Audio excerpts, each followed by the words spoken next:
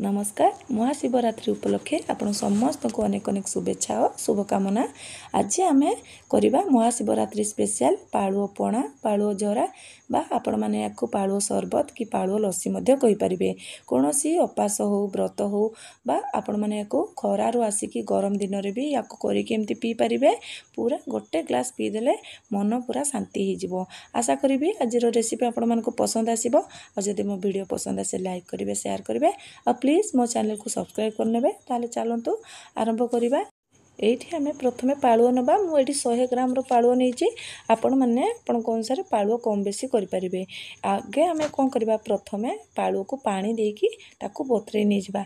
यही पालुओ रे आपण एपट सपट टिके करबे। जेहेतु पालुओ किसी मोलिया थाए सी एमती पानी देदेले ऊपर पालुओटा तले बसज ऊपर पानी रे भासीज। एबे 10 मिनिट पर आम पालुओ को चामच मारिबानी तार ऊपर पानीटा को पूरा बाहर कर नहीं जावा। आउ ताकू एठी देखंतु मु ऊपर पानीटा बाहर कर नहीं जाइछि। एबे आम गोटे चामच साहाय्य घाटी नेबा। आउ पालुओर जो पानीटा आमर होइछि ताकू आम मापी नहीं जावा। एठी मोर हाफ बाउल रो एठी पानी होइछि। ए अनुसार आम पानीर भाग माप करवा। एठी मु गोटे पैन बसे अधा गिना पानी दीची आउ अधा गिना क्षीर दीची। माने गोटे अधा गिना पई अधा गिना पालुओ पई आमे गोटे गिना पानी आउ क्षीरर व्यवहार करचंती। एठी मु गोटे बड़ चामच रे चीनी दीची आउ टिके लूण दीची। जेहेतु पालुओटा हमर फिका लागबनी सेति मु चीनी दीची। आपण माने चाहिले एठी चीनीटा को स्किप मध्य करि परिबे। एबे आमे एको फुटिबा को छाड़ देबा। आउ एठी दे देबा जो पालुओर पानी की रखिथिले ताको टिके चामच रे एपट सपट करिके आमे एठी दे देबा। आउ ताको कंटिन्यूअसली आमे चलेबा नहले से लम्स पड़ जिवो बा गेटा बांध जिवो। एमती गोटे डायरेक्शन आमे एमती कंटिन्यूअसली चलेबा जे पर्यंत हमर पालुओटा पूरा बहलिया न आसी। एठी देखंतु पालुओ पूरा हेई गलानी। एठी बहलिया हेई आसलानी। आमे एबे आमे याकू एमती एपट सपट करिके चले नि जिवा। एठी देखंतु हेई गलानी।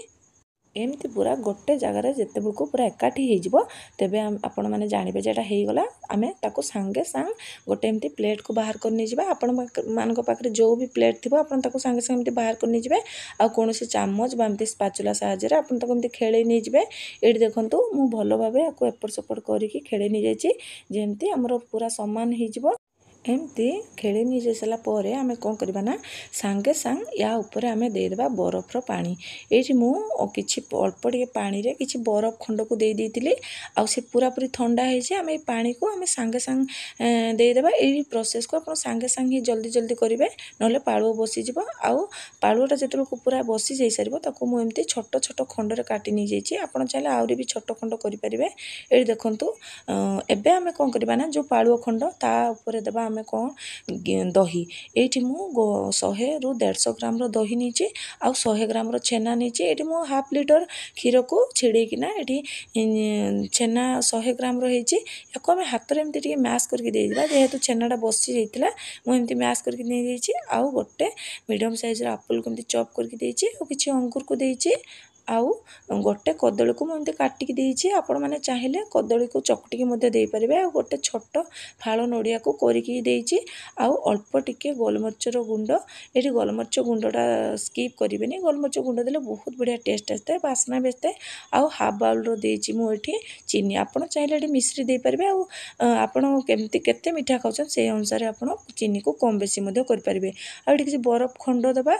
आउ अल्प डालिंब आउ तापरे एतिकी दे आमे एमती एपट सपट करि नि जिबा।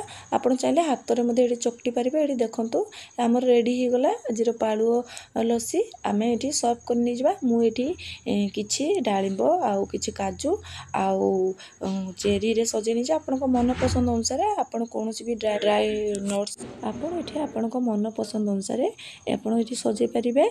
आउ किछि नडिया खंड को देइछि मु आउ ऊपर गोटे चेरी दे देइछि। आजिर रेसिपी केमति लागला मते निश्चय कमेंट रे जणेबे। भल लागथिले गोटे लाइक करके जिबे। आउ गोटे रेसिपी सहित पुणी आसीबी। सेति पर्यंत रहिली। नमस्कार। जय जगन्नाथ।